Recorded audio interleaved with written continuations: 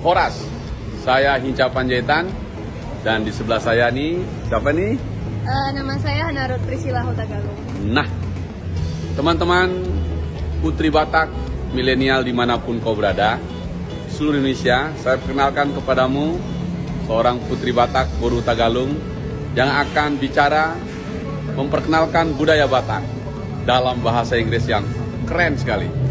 Mau tahu? Ikuti ya, ini videonya. Let me introduce you to Hana that will introduce us more about Batak Toba culture. Give applause to Hana!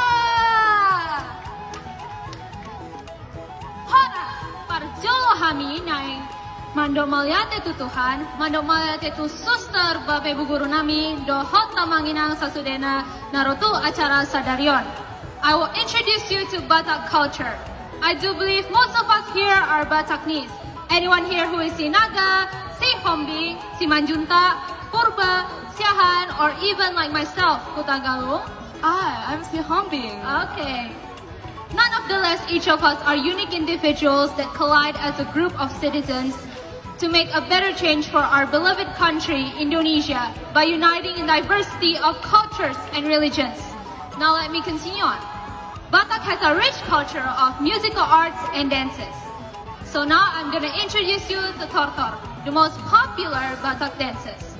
Tortor was originally used as a form of gratitude and pray to God. Batak also used this dance to communicate with their ancestors as well. Now let's talk about the cuisine.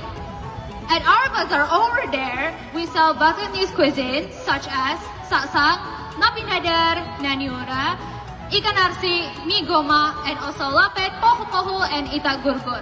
Try it out and don't be shy to buy it also. Thank you.